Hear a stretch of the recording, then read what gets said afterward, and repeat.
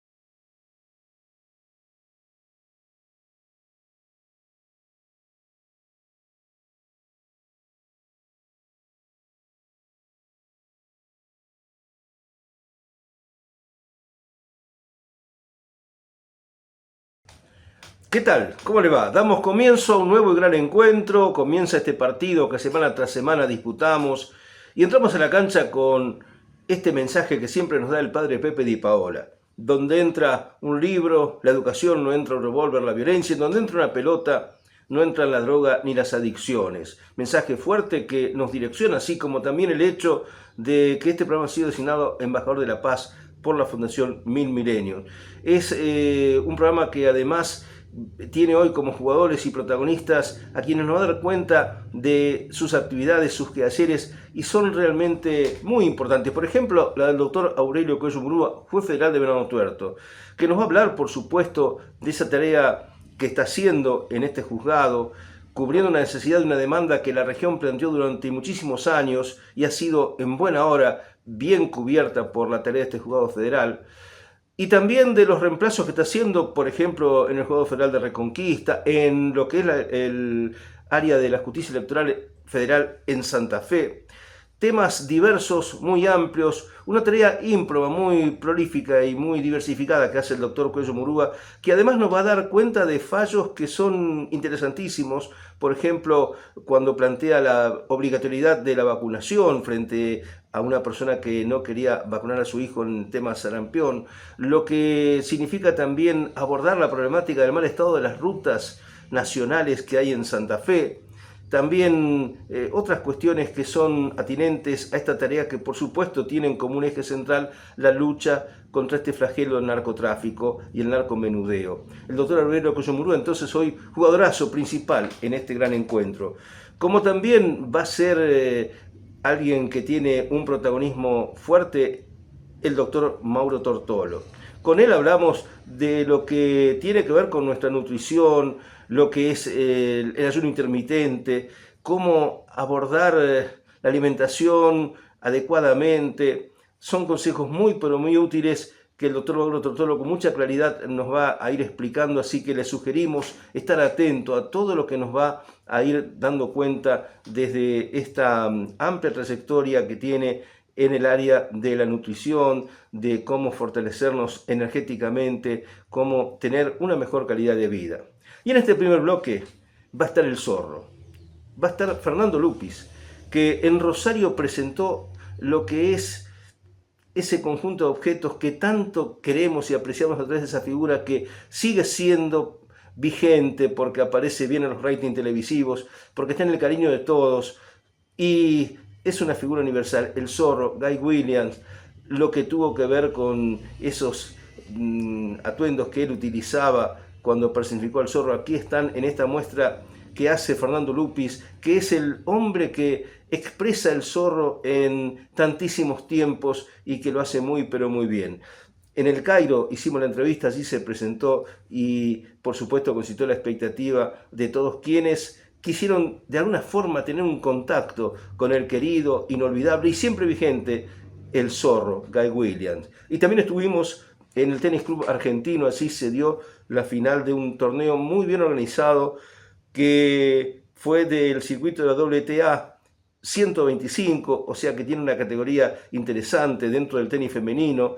Y allí, por supuesto, estuvieron nuestras cámaras reflejando lo que pasaba en este torneo ganado por esta tenista húngara que marcó una superioridad en la final y que marcó también el cierre de un torneo que fue valioso desde el punto de vista organizativo, del punto de vista del nivel técnico, de las posibilidades que ofrece también para el tenis femenino argentino, que tiene esas figuras emblemáticas, ¿no? Gabriela Sabatini y antes Mari Terán de Weiss y también tantas otras chicas que hacen a que este deporte sea realmente cada vez más fuerte, ¿no? Porque es impresionante, lo ha ido creciendo el tenis en la Argentina, el tenis femenino, y desde ya en buena hora que este torneo se esté consolidando. En el primer bloque entonces tenemos el Zorro, Fernando Lupis, el tenis en el WTA, en el Tenis Club Argentino. Siempre le agradecemos a Juan Morín del área de prensa por la atención que nos da al respecto. Y luego el doctor Aurelio Coyo Murúa y luego el doctor Mauro Tortolo. Comienza el gran encuentro. Te decía que las costumbres, lo que la serie refleja, tiene una vigencia enorme, los diálogos, las situaciones. ¿Por qué consideras tanta visualización tan correcta? El autor, el texto. Lo de la serie, el porqué, todo tiene que ver con Walt Disney. Walt Disney pergenió esta serie que sea lo bueno, todos los que son buenos tienen cara de bueno, los que son malos tienen cara de malo. Los chicos ven eso, el grande, el abuelo, el tío, el padre, cualquiera necesita tener un espacio de bonomía en la televisión y no ver sangre, explosiones, muertes, choques, robos. Entonces, en una serie de esta hay un bálsamo, es como un bálsamo en el día. Por eso funciona y tiene el rating más grande de la Argentina, porque en todas las provincias está entre los 3 primeros siempre. En Buenos Aires está primero, 5 puntos de rating, que para allá 5 puntos de rating con tantos millones es muchísimo. Y apenas algunos hacen 1 y pico, 2, más no hacen. Te felicito porque estás manteniendo vigente el personaje, pero además vos haces esfuerzos físicos para esto, ¿no? Te mantenés el entrenamiento, el estilo en la gimnasia. No, pero todo esto viene, todo para mí está implícito. Yo necesito hacer esgrima porque me gusta y porque me mantiene. Necesito hacerle homenajes a Guy porque me ha dado toda la vida artística. A mí me llamaban para hacer novelas porque yo era el zorrito, el hijo del zorro. Mucho le debo, por eso ahora es una devolución que puedo darle en vida y bueno, que lo disfrutemos. Presentación todo. en el Rosario y en otros lugares. ¿Podés ir, por ejemplo, a Venado Tuerto si te convocan? Al lugar que nos llamen se combina y se hace, nada más. Esto es gratuito, la gente no tiene que pagar, obviamente una consumición lo hay que hacer, pero después pintamos un cuadro, pinta mi compañero que es biógrafo, es el que sabe toda la historia de Guy Williams en la Argentina. Pinta un cuadro en tiempo y forma y después lo rifamos, o sea, con números. El que se lo lleva, le firmamos un autógrafo arriba del cuadro y se lleva un cuadro que tiene que ver con esto. Te felicitamos nuevamente y a seguir. Bueno, gracias a ustedes y bueno, ojalá el Cairo abra un espacio para poder repetirlo el año que viene. Gracias.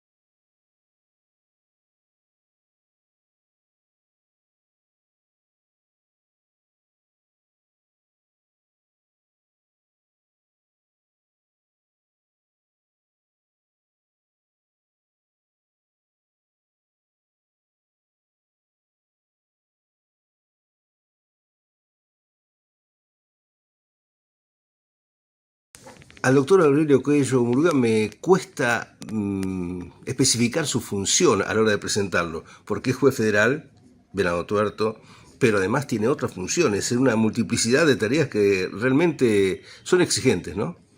¿Qué tal, Julio? ¿Cómo le va? Sí, la verdad que en cuanto a la multiplicidad de funciones, esto se viene dado por la circunstancia de que se han generado vacantes en la justicia federal en la provincia de Santa Fe. Entonces, bueno, actualmente me toca ser, además de juez federal de Venado Tuerto, juez federal de la ciudad de Rafaela.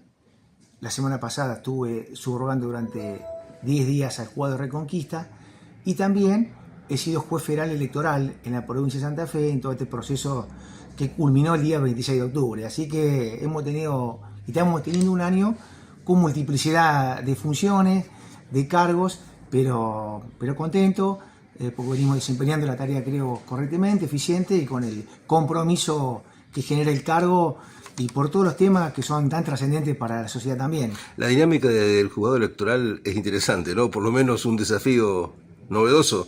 La verdad que todo lo que fue el desafío de la justicia electoral, primero como juez federal electoral y luego la conformación de la Junta Electoral 60 días antes, juntamente con el presidente de la Corte Suprema de Justicia y el presidente de la Cámara Federal, fue muy intenso y muy interesante todo lo que implicó la puesta en marcha de la boleta única papel, un mecanismo novedoso para las elecciones nacionales, si bien ya había experiencia en la provincia de Santa Fe. Y esto es lo que yo quiero rescatar, al menos de toda la experiencia en el juzgado laboral, que todo el control y las funciones que tiene la justicia electoral en este tema, la trazabilidad y la seriedad y todo el trabajo que hay detrás de un proceso electoral que realmente creo que lo que queda a futuro también es mostrar más y visibilizar más el trabajo que se hace desde la justicia electoral, el compromiso que han tenido todos los representantes de los distintos partidos políticos, cómo se ha diseñado la boleta, el lugar que ocupa cada espacio político, cada alianza en la boleta, cómo se desarrolló el proceso, realmente cómo fue el escrutinio definitivo, cómo han participado los fiscales. Es todo, realmente todo el cómputo que se hace es muy serio, sería muy bueno que la ciudadanía vea realmente, porque parece que el proceso electoral es solamente el día de la votación, claro, que es lo más trascendente, pero todo un proceso previo que realmente merece que la ciudadanía lo conozca, lo visibilice. Creo que esto va a generar mucho más confianza en el ciudadano, que es una práctica esta creo que es necesaria de la democracia tan participativa como tenemos, como ocurre con los procesos penales, con la audiencia pública, la audiencia de la Corte. Creo que la participación ciudadana va a ser trascendente para este tema y para, si hay algo que se generó, y devolverle mayor participación en las elecciones. Por otra parte, el alcance del juego federal, lo hemos hablado en otra oportunidad, es muy amplio. De pronto, quizás no sé si la ciudad percibe todo lo que da el hecho de este juzgado en su funcionamiento. ¿Se podría sintetizar los puntos principales? Y los puntos principales acá tenemos desde las cuestiones que a diario resolvemos de amparo de salud, que impacta directamente en personas donde se ven restringidos en sus derechos, en las presentaciones que hacen ante Obra Social o el PAMI. Entonces diariamente nosotros vemos trascendente en la, digamos, dictado de resoluciones que impactan para que la gente obtenga su medicamento, su tratamiento, con toda la evolución que tiene también la medicina. Amparo de salud, resolvemos cuestiones a diario de reajuste de haberes salariales, en lo que es materia previsional. Y también el criterio consolidado de juzgado, siguiendo la línea de la Corte, la declaración de inconstitucionalidad del impuesto a las ganancias en los haberes jubilatorios, toda la trascendencia que tiene la materia de la cuestión del juzgado penal, la parte penal, con la implementación del año 2024 del nuevo proceso de corte acusatorio. Realmente que también se está trabajando muchísimo en la faz de las audiencias. Tenemos una nueva dinámica que todo se desarrolla, todo lo que es el proceso penal federal, todo se resuelve y dinamiza a través de audiencias públicas. Digamos, algunas son públicas cuando son controvertidas, con parte, y otras audiencias en privado con el fiscal cuando es una audiencia de corte unilateral, donde el fiscal necesita distintas medidas para avanzar con su investigación, que puede implicar una afectación a la persona investigada en sus derechos. Entonces tenemos cuestiones previsionales, cuestiones de salud, cuestiones tributarias, entonces son lo que era parte del recurso del fisco, o si un contribuyente necesita hacer un reclamo también en esa materia. La cuestión que ha llevado mucho también trabajo al juzgado a partir de la presentación del amparo por el arreglo de las rutas nacionales que ha hecho la senadora Claro. Gregorio. Bueno, en ese caso hay precisamente hechos que han tenido trascendencia pública, ¿no? Por ejemplo, la preocupación del Juzgado Federal por el estado de rutas, el reclamo a vialidad nacional que se sigue de distintos ángulos políticos, por el no mantenimiento de rutas nacionales. ¿Cómo está ese tema? Porque se hizo un esfuerzo de presentaciones y de accionar directo del juzgado. Eso es un compromiso también que hemos asumido, como en tantos otros temas, y creo que eso es trascendente, porque la verdad que tener una ruta en condiciones de transitabilidad, con lo que implica la prevención del daño, es necesario no solamente para las múltiples actividades económicas, de logística, con la importancia que tiene la región de Venado Tuerto, sino también cuando las personas necesitan trasladarse por cuestiones educativas, por cuestiones de salud, o los mismos tránsitos intervecinales. Y bueno, en eso he jugado a partir de esta presentación del senador Di Gregorio. Nosotros teníamos una experiencia previa con Vialidad Nacional, con el arreglo de la vieja Ruta 9, cuando fui juez de Rosario, y han mostrado buena predisposición vialidad, y hemos logrado finalmente que la Ruta 33, el tramo que va desde Venado Tuerto a la ciudad de Firmat, prácticamente se puede ver y visibilizar el trabajo de la propia Vialidad Nacional y los contratistas, la empresa contratista. Creo que ha cambiado notablemente, ya nos estamos arrimando a la zona de Venado Tuerto, se han calzado banquinas como frente al Parque Cumelén, frente al Colegio Car. Creo que eso también es visible. También nos estamos ocupando del arreglo de la Ruta 8, esa curva Pastorino que también es siempre tan peligrosa. Hemos pedido a ver qué medidas se pueden establecer para prevenir el daño. Las actividades de juzgado son realmente, como te decía, multifacéticas y de muchas trascendencias. Claro, y otro punto que tuvo trascendencia fue el de vacunas, gente que aún hoy se niega a reconocer la eficacia de las vacunas. No hablemos del tema puntual de las vacunas frente al COVID, que de hecho han generado polémicas. Esto era incluso un planteo frente a vacunas de otra ya naturaleza y que hubo que actuar claramente desde el juzgado, ¿puede ser? Ese también tuvimos un tema, todo el tema vacunación es un tema que se está debatiendo, se puede ver en los distintos medios públicos, la importancia que tiene para los ministerios de salud, porque ha bajado la cuestión de la vacunación, esto genera preocupación. Nosotros hemos tenido un caso en concreto, nosotros nos ocupamos de un caso concreto, que se presentó una persona, una madre, mujer embarazada, donde ella planteó que se le restituyan los derechos que ella entiende abolidos a partir de la ley 27491, que establece una vacunación compulsiva, una vacunación obligatoria, que es toda una política pública de vacunación para prevenir enfermedades prevenibles por vacunación. Entonces, estamos hablando de ¿qué tipo de enfermedades? Digamos, enfermedades puede ser tos convulsa, el sarampión, distintas enfermedades previsibles por vacunación. Lo que planteaba la amparista, que ella pretendía que se le restituya sus derechos, que ella entendía abolido por ley, porque decía que no quería colocarse, que tenía una recomendación médica de no vacunarse, ni ella ni su persona por nacer, o sea, su futuro bebé. Entonces, en ese marco se generó una discusión en concreto en el juzgado federal, que también fue trascendente, porque acá lo que tenemos, y lo que tuvimos que decidir al menos en esta instancia cautelar, es si había ese conflicto entre el derecho individual, donde ella quería decidir a ciencia y conciencia, o si había una cuestión de trascendencia pública, que era lo que había que debatir. En concreto, nosotros rechazamos esta medida cautelar, precisamente porque esto nos remite al artículo 19 de la Constitución Nacional, a las acciones privadas, al ámbito de autodeterminación personal, que eso tiene su límite, es permeable cuando se pueda afectar a terceros. Pero yo creo que en concreto, que esta madre, mujer, médica incluso, que planteaba la no vacunación, no logró acreditar en concreto, al menos en esta instancia inicial, un perjuicio efectivo por alguna cuestión de salud que estuviese atravesando ni ella, ni si tu futuro bebé. Entonces, en ese marco, hay que estarse a lo que marca la ley de vacunación obligatoria, la 27491, precisamente porque la vacunación, la no vacunación impacta directamente frente a terceros. O sea, si un niño no se vacuna, puede generar un contagio masivo en el colegio, y distinta trascendencia hacia persona. Entonces, el límite de mi derecho personal de determinar la ciencia de conciencia es si con mi decisión no estoy afectando a terceros. Entonces nosotros entendimos, y lo que entendimos, siguiendo incluso jurisprudencia de la Corte Suprema de Justicia de la Nación, que esa decisión individual, sin un fundamento médico en concreto puntual, tiene una trascendencia a terceros que lo puede afectar. De ahí que no le hicimos lugar y tiene que vacunarse, cumplir con lo que manda la ley.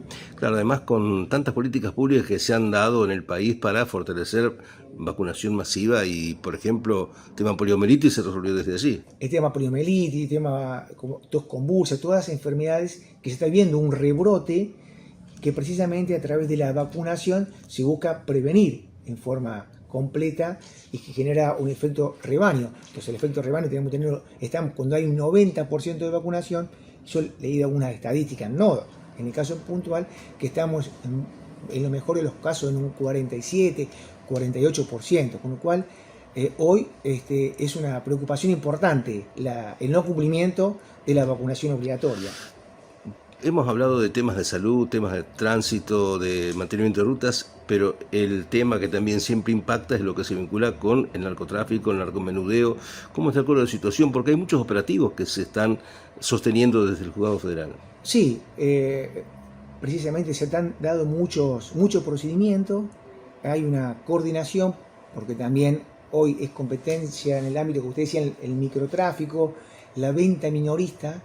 Si bien es competencia de la justicia provincial, nosotros tenemos competencia prioritaria además, en lo que es las cuestiones del narcotráfico. Y precisamente la semana pasada es que hubo una finalización en la conclusión, en un procedimiento en la localidad del Hortondo, que había arrancado de la causa en Canilla de Gómez, con trascendencia en Venado Tuerto, una causa que llevó adelante la investigación de varios meses la Fiscalía Federal de Venado Tuerto, en este marco del nuevo Código Procesal Penal Federal acusatorio, y luego de una investigación importante, con conocimiento que se tenía llevando de las distintas medidas jurisdiccionales, las autorizaciones, con técnicas especiales de investigación, se logró desbaratar importantes proveedores de material estupefaciente, con vínculos incluso con personas privadas de libertad en Coronda, Servicio Penitenciario de la provincia.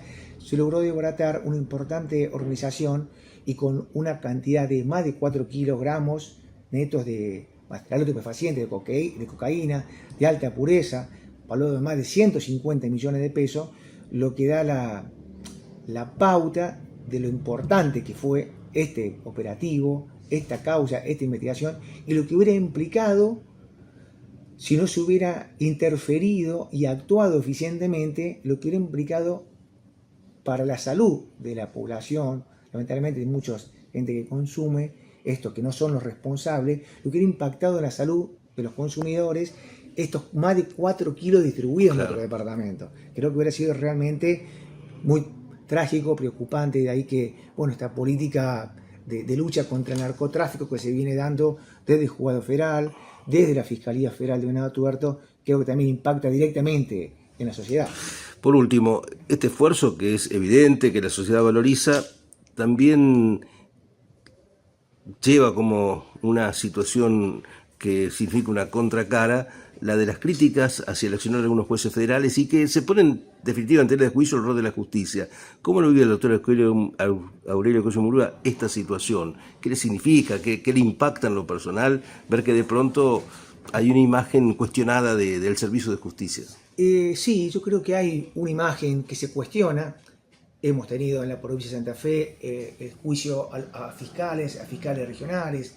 En la ciudad de Rosario también hay procesos contra distintos jueces federales. Creo que eso es parte también del saneamiento institucional necesario.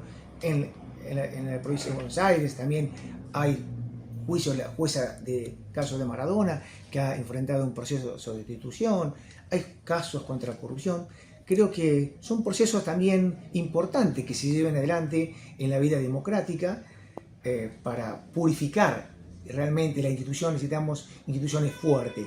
Esa crítica nosotros siempre tratamos de tomarla de la manera que corresponde, pero siempre con la tranquilidad que desde el Juzgado Federal de Venado Tuerto o en cada uno de los lugares que me toca subrogar, como es Rafaela, como ha sido Reconquista, en el Juzgado Electoral, donde hemos sido reconocidos por la propia Cámara Nacional Electoral a través de una acordada especial con las felicitaciones, cómo ha trabajado toda la justicia federal electoral del país, de las 24 lugares.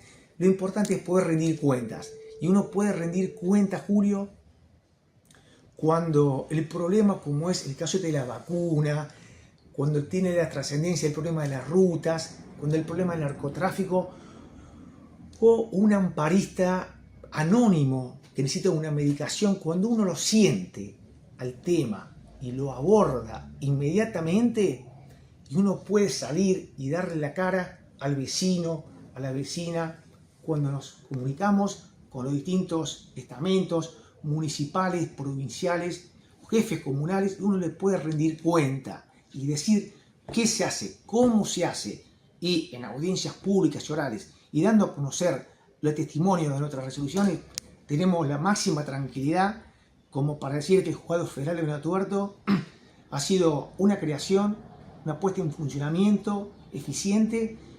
Tenemos norma ISO y siempre mantenemos vigente ese compromiso con todos los que pusieron su cuota, su compromiso por la necesidad que tenía en su momento la creación del Juzgado Federal de Venado Tuerto. Así que las críticas que hay en la generalidad no nos afectan porque podemos rendir cuenta, podemos tener equivocaciones, pero siempre con la óptica, con la mirada en el resguardo de los derechos, las garantías constitucionales de cada uno de los ciudadanos que trae su problemática al Juzgado Federal.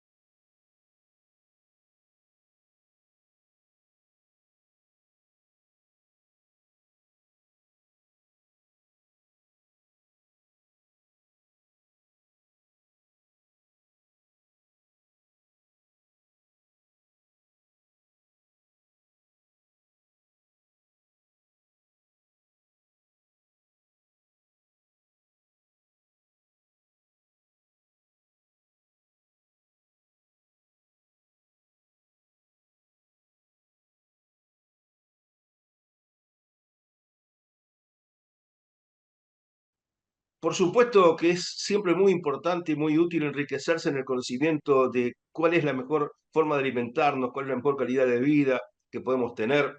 En ese sentido, qué mejor que dialogar con el doctor Mauro Tortolo, que es un destacado especialista, nutricionista, que tiene para decirnos, por ejemplo, para empezar esta charla, por supuesto, saludándolo y agradeciéndole por esta gentileza, para explicarnos qué significa este concepto de vivir mejor sin pastillas, entrecomillado, ese mejor sin pastillas. ¿Qué tal, Mauro? ¿Cómo estás? Hola Julio, ¿cómo estás? Muchas gracias nuevamente por invitarme. Así que nada, es un placer siempre charlar con vos. Mejor sin pastillas, Mauro. ¿Qué significa este concepto? Porque uno va a una consulta y enseguida aparece el recetario. ¿Qué Sí, hacemos? totalmente. Esto tiene que ver con lo que yo llamo una mirada ampliada de la medicina en la que hemos sido formados. No me gusta decir alternativa, me gusta decir ampliada. Nosotros en la facultad hemos sido formados, yo soy médico especialista en clínica médica, me formé en la Universidad de Rosario, y ahí en la universidad nos entrenaron muy bien en algo fundamental de la medicina que es la enfermedad. Reconocer la enfermedad, diagnosticarla, tratarla. Salimos de la universidad con muchas herramientas para saber cuándo alguien está enfermo, qué tipo de enfermedad puede tener y cuáles son las mejores herramientas para tratar esa enfermedad y aliviar a la persona. Pero, lamentablemente, esto yo creo que en corto tiempo va a cambiar, no estamos entrenados, los médicos, en la universidad, para la otra mitad que digo yo, que es la prevención y la promoción de la salud, prevenir la enfermedad y promover la buena salud. Entonces, conceptos como el entrenamiento físico apropiado, ¿qué es entrenamiento físico apropiado? ¿Qué es una nutrición apropiada? ¿Cómo gestionar el estrés de un modo apropiado? ¿Cómo dormir mejor? Bueno, todo eso lamentablemente no recibimos ninguna herramienta. Mira, me atrevo a decir que casi, no diría mínima, ninguna herramienta. Entonces, lamentablemente nos falta una mitad, digo yo. Y entonces con el tiempo, a medida que yo fui progresando ahí como médico en el hospital, trabajando con mis colegas, recorriendo los pabellones del viejo hospital, después pasando al nuevo hospital. Yo fui coordinador de internación del Hospital Nuevo, coordinador de internación de San Andrés San Martín, pero yo sentía que faltaba esta mitad, había algo adentro que latía, adentro mío, y decía, yo puedo apoyar a las personas de otro modo sin desmerecer la mitad en la que hemos sido formados en la enfermedad, ¿no? Porque es algo esencial, insisto. ¿Cómo no va a ser importante, esencial que haya una terapia intensiva, hospitales, sanatorios? Es esencial. Pero yo me quería desarrollar en esa otra mitad en la que no había sido formado. Entonces, empecé por mi cuenta, impulsado por este calor interno, por así decirlo, y me empecé a formar mucho en forma autodidacta, lamentablemente, porque todavía no hay instituciones formales que puedan capacitar a médicos en este sentido. Empecé a investigar en nutrición, empecé a investigar mucho en entrenamiento físico, de gestión del estrés, me aboqué mucho a la meditación, mindfulness, atención plena. Y bueno, fui juntando herramientas, esto fue hace 8 años aproximadamente, empezó este camino y bueno, ahora ya es un camino seguro, fue un camino incómodo inicialmente, Julio, y ahora ya es un camino más firme, mucho más seguro.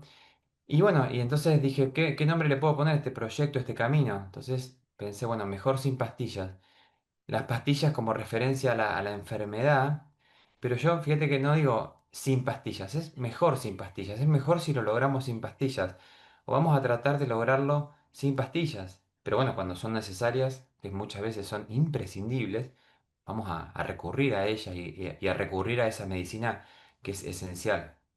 Pero bueno, mientras tanto, sobre todo empezando a temprana edad, hagamos lo posible para prevenir o para retrasar lo más posible la aparición de la enfermedad y el consumo de pastillas. Bueno, tiraste varios disparadores en esto que estaba diciendo recién. Por ejemplo, empezaste a plantear la importancia de la prevención, la promoción, por ejemplo, de una buena alimentación, un buen dormir, un buen entrenamiento. ¿Por dónde te gustaría comenzar de estos ítems que estás enumerando? Dormir Me bien, por gustaría ejemplo, es comenzar. algo a lo cual uno no presta atención. Por ahí se duerme poco, mal, y eso tiene consecuencias y tiene causas, ¿no? Del estrés, por ejemplo, excesivo. Me gustaría comenzar hablando de que están totalmente relacionados A ver, todos estos hábitos en un sistema de hábitos. Yo lo llamo sistema de hábitos, profundamente enraizados. Entonces, entrelazados quiero decir. La buena nutrición va a hacer que el solo hecho de comer mejor, duermas mejor. El solo hecho de dormir mejor va a hacer que tomes mejores decisiones alimentarias. Tomás mejores decisiones alimentarias, también vas a tener más calma. Tu tejido cerebral va a estar mejor. Vas a estar más en calma. Estás más en calma, estás más predispuesto para entrenar apropiadamente. Entrenás apropiadamente tu físico y dormís mejor. Bueno, entonces, todos estos hábitos de vida están profundamente relacionados. Ese es el primer concepto que quiero transmitir. Y después, bueno, sí, la calidad del sueño es algo, el buen sueño es un hábito imprescindible. Hoy, por suerte, sabemos mucho más que antes del sueño, sabemos que está lejos de ser un proceso pasivo, es un proceso esencial para la salud, profundamente activo, el que pasa un montón de cosas. Mientras nuestra conciencia se apaga, aparecen momentos de reparación de los tejidos, momentos de limpieza, de desintoxicación, de consolidación de la memoria, mejora nuestra aptitud cognitiva gracias a todo esto, nuestra aptitud de gestionar las emociones. Bueno, y el cuerpo entero se va reparando de todo lo que vivió en el día, se va desintoxicando, así que es un proceso, el sueño, especialmente activo y imprescindible. Y bueno, hay ¿y cómo dormir algunas, mejor? Se, hay se puede algunas horas resumir. que se determinan ¿Cómo? como las lógicas para dormir, porque convengamos que un tercio de nuestras vidas es Exacto, durmiendo, ¿no? Así que, de hecho, ocupan un espacio de enorme significación. totalmente. El número exacto es muy variable, como imaginarás, es muy relativo a cada persona. Hay un rango que parece ser entre 7 y 8 horas, pero más que la cantidad, bueno, dentro de eso, que es más o menos el rango saludable, 7 8 horas, antes decía 8 horas sí o sí, ahora parece que 7 horas muchas personas puede ser suficiente. Em, Más que, además de la cantidad, vamos a decir, la calidad es fundamental. Hay gente que con 7 horas realmente funciona muy bien, pero eso también depende de qué calidad le pudo proveer a su sueño. ¿Por qué? Porque si, por ejemplo, hay ciertos factores que interfieren con lo que se conoce como la arquitectura del sueño. El sueño tiene una arquitectura específica, una secuencia, distintas fases, un tipo de sueño que se llama no REM y un tipo de sueño que se llama REM, que es donde soñamos, donde tenemos las imágenes más vívidas. Y esa secuencia se tiene que dar en forma ordenada para que el sueño sea de buena calidad y pueda dar lugar a todos esos procesos que te mencionaba antes de limpieza, de desintoxicación. Muy bien, hay muchos factores que interfieren con esa arquitectura, por ejemplo, el alcohol. El solo hecho de tomar alcohol en la noche afecta esa arquitectura y hace que no sea óptima. Otra, comer muy tarde, que es muy común en nuestra cultura. Lo ideal es cenar de día y esto está muy lejos de nuestras costumbres latinas, ¿no? Los anglosajones sí, quizás están más adaptados a cenar más temprano, pero nosotros, ya incluso España, Portugal y toda Latinoamérica, estamos habituados a comer muy tarde. Allá, por Comer tarde ejemplo, afecta. en esos países anglosajones no hay peñas, no hay O, o peñas, hace- o se van al bar después del trabajo, ¿viste? claro. Y después se ponen a su casa ya al atardecer. Pero bueno, sí, son costumbres que cuesta cambiar en nuestra cultura, pero hoy lo sabemos desde el punto de vista científico que cenar tarde altera la arquitectura del sueño y la calidad del sueño. Quedarnos con las pantallas, también otro vicio de esta cultura y la verdad muy difícil de controlar para muchas personas. Pantallas, celular, televisión, que interfieren con esa oscuridad natural tan necesaria para construir un buen sueño, ¿no? Así que bueno, y por ahí pasa de algún modo también indirectamente te estoy transmitiendo cuáles son las mejores medidas para mejorar la calidad de sueño. Esto, que se puede, ¿sabes cómo? Resumir en esto de sincronizar nuestros ritmos biológicos internos con los ritmos de la naturaleza. Si nosotros logramos de a poquito acercarnos a esto de respetar la luz natural, estar en contacto con la luz natural, salir más al aire libre, estar en contacto con la naturaleza, que nos dé la luz del sol, hacer un lindo partido de tenis, como nos gusta a nosotros, Julio, al aire libre. Y de noche, respetar la oscuridad natural, es decir, no interferirla o interferir a lo menos posible con los dispositivos, etcétera. Y también respetar nuestros ritmos internos implica comer de día, ¿eh? Y tampoco estar ejercitando el cuerpo a altas horas de la noche, que eso a veces ocurre. Entonces, esas son las medidas que más impacto van a tener en mejorar la calidad de sueño. Por supuesto también entrenar nuestra mente para estar más en calma, meditar, tener un diario personal, tener, ir a nuestro coach o a nuestro psicólogo o la estrategia para entrenar o la contemplación religiosa. Distintas estrategias para entrenar nuestra mente también va a ayudar, por supuesto, a dormir mejor. Ahí tenemos entonces un punto de esto que está tan entrelazado, ¿no? Cómo dormir, lo que significa el buen sueño. Obviamente que hay situaciones que pueden ser que afecten un buen sueño, y la edad es un factor, ¿no? También a tener en cuenta. Sí. Totalmente. Esto se nota mucho en las mujeres.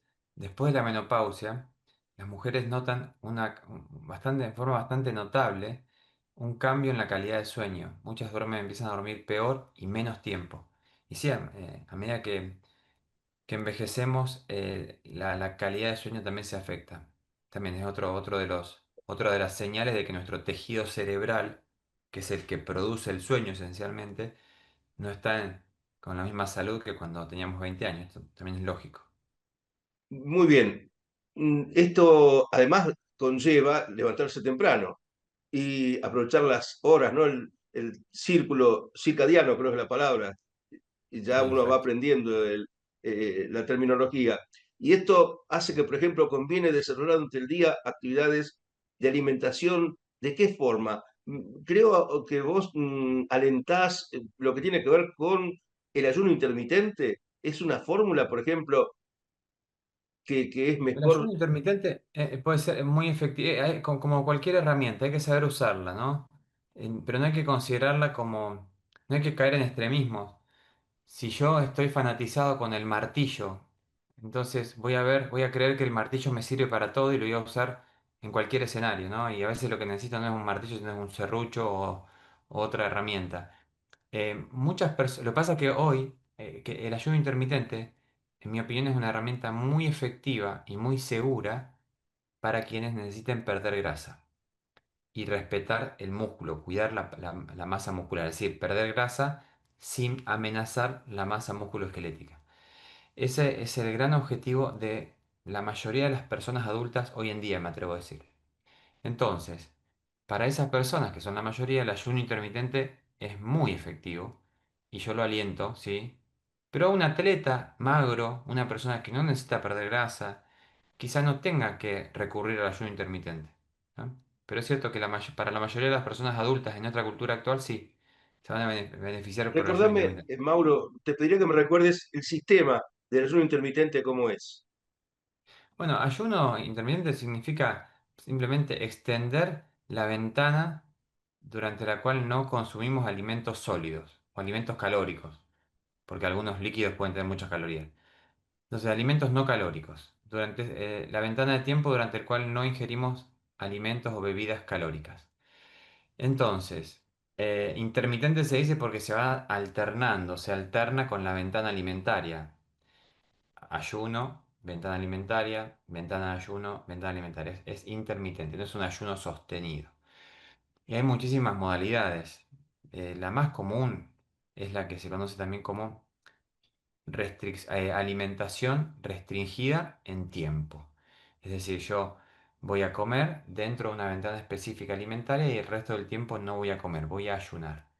Por ejemplo, y dentro de lo más común que yo aplico con mis pacientes es el primer bocado en general empieza más o menos a la hora del almuerzo, 12:30, pues la gente ya está, después de una adaptación inicial, ¿no?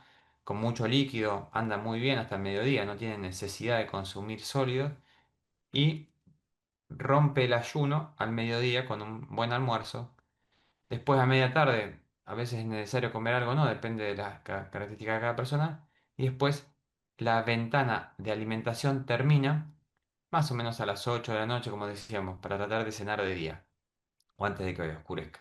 Entonces esa persona tiene una ventana alimentaria, ponerle de 12:30 a 20:30, de 8 horas, y una ventana de ayuno desde las 8:30 de esa noche hasta las 12:30 de la noche siguiente. Son 16 horas de ayuno.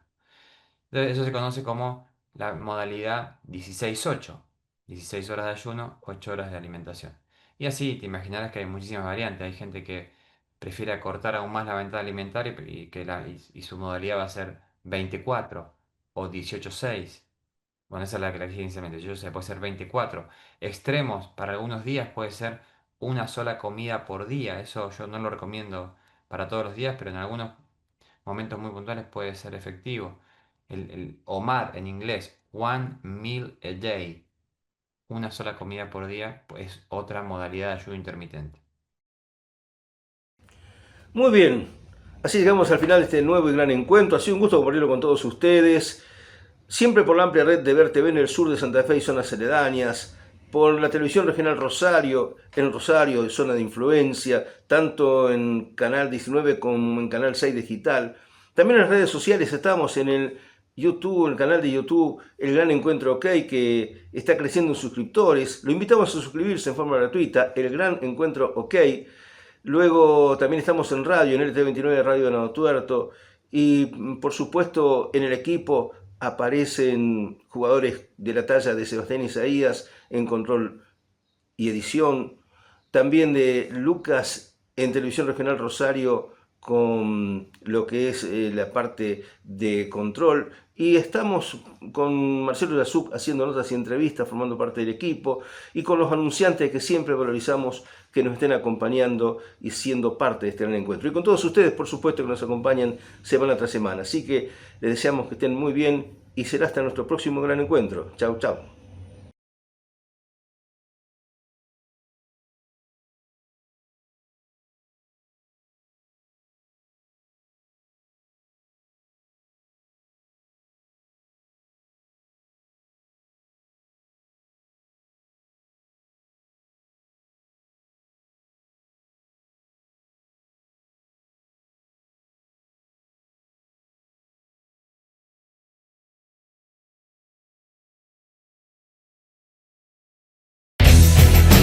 Una producción de Multimedio GS.